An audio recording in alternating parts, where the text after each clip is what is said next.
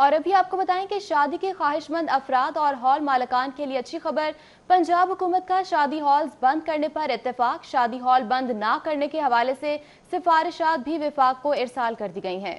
پہلے شادی ہالز کو بند کرنے کے حوالے سے لائے عمل اپنایا گیا تھا، لیکن اب پھر سے اس پر غور کیا جا رہا ہے۔ شادی ہالز میں مہمانوں کی تعداد کم کرنے پر سفارشات پیش کی گئی ہیں۔ اسلم اقبال کی جانب سے یہ کہا گیا ہے اور اب پنجاب حکومت کے ساتھ یہ مذاکرات ہوئے ہیں اور ان مذاکرات میں اس بات پر اتفاق کیا گیا ہے کہ شادی کو بند نہیں کیا جائے گا۔ ڈسپوزیبل برتنوں کا استعمال اور تقریب 2 گھنٹے کے لیے ہوگی۔ عثمان علیم اس وقت ہمارے ساتھ موجود ہیں۔ عثمان، بتائے گا کیا لائے عمل اپنایا جائے گا؟ وفاق کو سفارشات کب تک بھیجی جائیں گی؟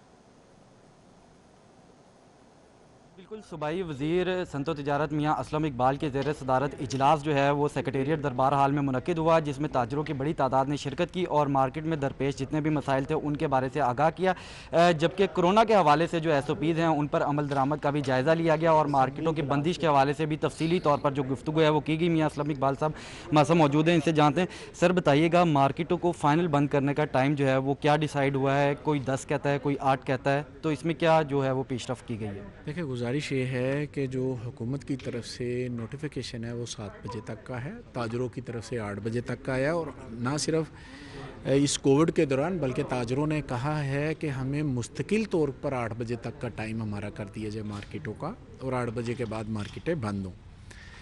لہٰذا انہوں نے 1 گھنٹے کو اس کو بڑھانے کی استدعا کی ہے۔ وہ کیبنٹ کے سامنے میں وزیر اعلیٰ پنجاب صاحب کے سامنے رکھوں گا، پھر اس کے بعد جو بھی فیصلہ ہوگا وہ کیا جائے گا۔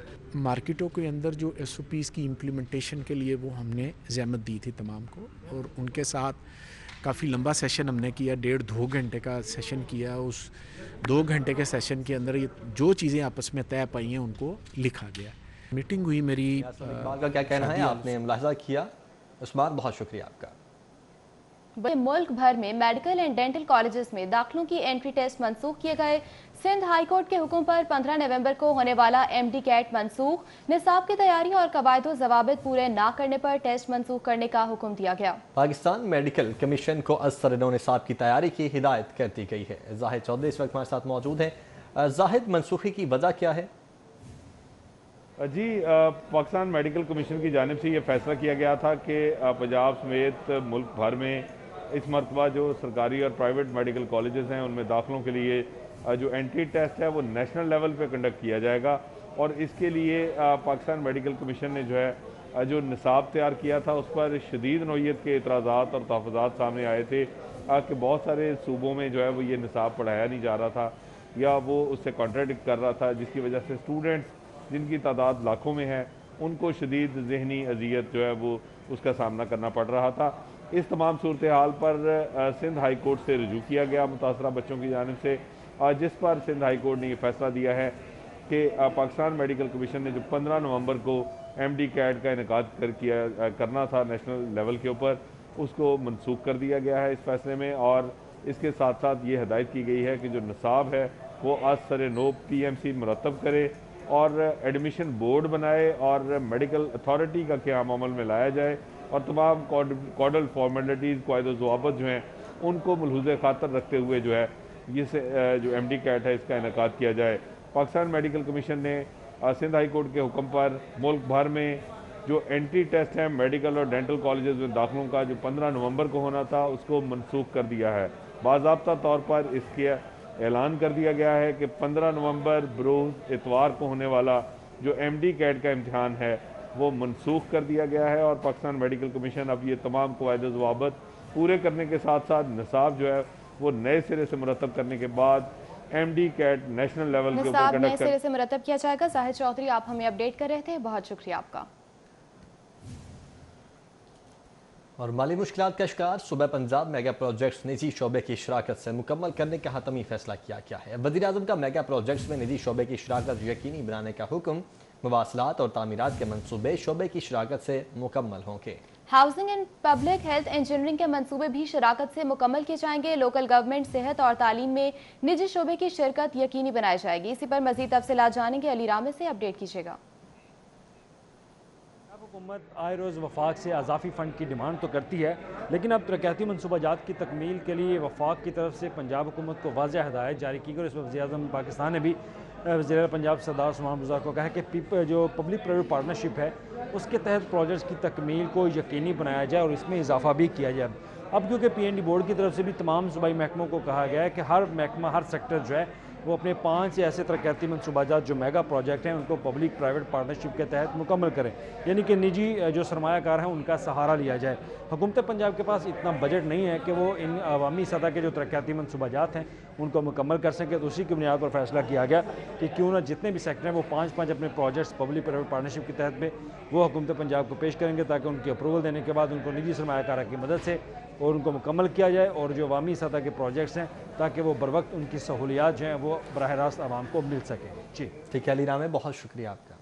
پی ایچ اے کو 46 کروڑ کی خطی رقم جاری، اورنج لائن ٹریک کے نیچے شجرکاری پلانٹیشن کے لیے 35 کروڑ جاری، اورنج لائن کے پیکج 1 اور پیکج 2 پر پلانٹیشن کی جائے گی۔ فردوس مارکیٹ انڈر پاس کی پلانٹیشن لینڈسکیپنگ کے لیے 1 کروڑ جاری کر دیے گئے ہیں۔ درنیاب اس وقت ہمارے ساتھ موجود ہیں۔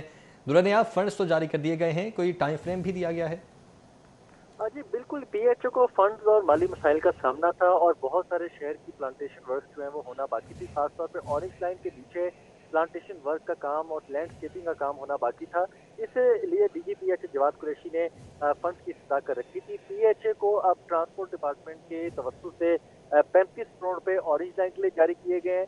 لاہور شہر میں ڈینس فارسٹ جو کہ میواکی جنگل بنانے ہیں اس کے لیے بھی 10 کروڑ جاری کر دیے گئے ہیں، اور فردوس مارکیٹ انڈر پاس کا 1% جو ایل ڈی کی طرف سے جاری ہونا تھا اس کا 1 کروڑ روپے جاری ہو گیا ہے۔ اب آنے والے دنوں میں پی ایچ اے کا کہنا ہے کہ کام تیز کیا جائے گا اور شجرکاری ہوتے ہوئے منصوبہ میں نظر آئے گی۔ جی ٹھیک ہے درنیاب، آپ ہمیں اپڈیٹ کر رہے تھے، بہت شکریہ آپ کا۔ اور شوگر انکوائری کمیشن کی تفصیلات شوگر مل مالکان کو دینے کا معاملہ، ڈپٹی ڈائریکٹر ایف آئی اے سجاد مصطفیٰ باجوہ کو نوکری سے نکال دیا گیا۔ سجاد مصطفیٰ باجوہ شوگر انکوائری کمیشن کا ممبر بھی تھا۔ سجاد مصطفیٰ نے بھاری رقم کے شوگر انکوائری کی تفصیلات لیک کی۔ ذرائع کی جانب سے بتایا گیا کہ انکوائری کمیٹی نے الزامات ثابت ہونے پر نوکری سے برخاست کر دیا ہے۔ ماسٹر ٹائلز کے مالک شیخ محمود اقبال کی بیٹی کی شادی فوڈ اینڈ کیٹرنگ سروسز فراہم کرنے والا کلب پی آر اے کے ریڈار پر آ گیا ہے۔ اسی پر مزید تفصیلات جانیں گے، رضوان نقوی سے اپڈیٹ کیجیے گا۔ جی بالکل، ایف بی آر کے بعد پنجاب ریونیو اتھارٹی نے بھی ماسٹر ٹائلز کے ڈائریکٹر شیخ محمود اقبال کی بیٹی کی شادی پہ فوڈ اینڈ کیٹرنگ سروسز فراہم کرنے والے روز بلانکا کلب کی انتظامیہ کو نوٹس جاری کر دیا ہے۔ پنجاب ریونیو اتھارٹی ذرائع کے مطابق روز Blanca club تاحال Punjab revenue authority کے ٹیکس نیٹ میں رجسٹرڈ ہی نہیں ہے۔ پنجاب ریونیو اتھارٹی حکام کا کہنا ہے کہ شاہانہ تقریبات میں فوڈ اینڈ کیٹرنگ سروسز فراہم کرنے والا روز Blanca club تاحال Punjab revenue authority میں ٹیکس نیٹ میں رجسٹرڈ نہیں ہے اور سیلز ٹیکس کی مد میں ادائیگی نہیں کر رہا ہے۔ پنجاب ریونیو اتھارٹی کی جانب سے کلب کی انتظامیہ کو نوٹس جاری کر کے 15 روز میں رجسٹریشن کرانے کی مہلت دی گئی ہے۔ اس سے قبل ایف بی آر کی جانب سے بھی شیخ محمود اقبال کی بیٹی کی شادی پہ شاہانہ اخراجات کا نوٹس لیا گیا تھا اور ایف بی آر نے ٹھیک ہے رضوان نقوی، بہت شکریہ آپ کا۔ بچوں کے لیے خوشخبری، لاہور چڑیا گھر میں ننھے مہمانوں کی آمد، سفید شیرنی کے ہاں 15 سال بعد 3 بچوں کی پیدائش ہوئی ہے۔ شیرنی اور تینوں بچے صحت مند ہیں۔ ڈیپٹی ڈائریکٹر کرن سلیم کی جانب سے یہ بتایا گیا ہے۔ یقیناً بچوں کے لیے خوشخبری ہے، لاہور چڑیا گھر میں ننھے مہمانوں کی آمد ہوئی ہے۔ سفید شیرنی کے ہاں 15 سال بعد 3 بچوں کی پیدائش ہوئی ہے، جبکہ شیرنی اور تینوں بچے صحت مند ہیں۔ ڈیپٹی ڈائریکٹر کرن سلیم کی جانب سے یہ بتایا گیا ہے۔ اور نیوز اسٹوڈیو سے فی الوقت اتنا ہی۔